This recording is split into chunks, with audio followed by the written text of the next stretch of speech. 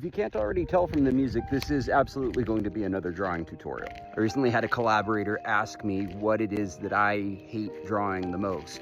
And I really had to think about it, because for a lot of people it's horses or it's cars or something that's kind of inherently difficult. But for me, that answer is actually bottles.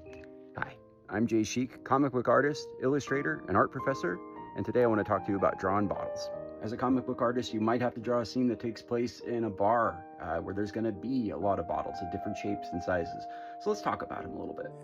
Maybe you're already awesome at drawing bottles, but for me, what I find to be the biggest struggle is getting the symmetry right. And by that, I mean just having both sides of the bottle look basically the same. So working general to specific and using some basic shapes that will kind of turn into complex forms, I'm going to show you sort of my recipe for drawing a wine bottle.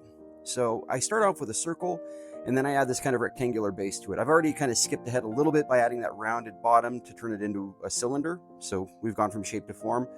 But some bottles aren't wine bottles, right? Sometimes we have the hard liquor.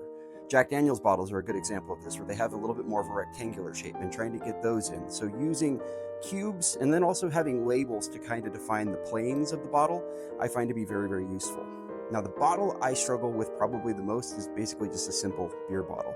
So using the same approach of having a circle with a rectangular base, what I'm going to do is add this dividing line down the middle. And I'm building it out much like a wine bottle, but now I'm having the sides taper a little bit more. And that dividing line makes it easy to create that bottleneck flare, like on a generic brown beer bottle that you would see in any place. And then lastly, when I add in the label, that's going to really help me define the form of this thing. It reinforces the form as we see it.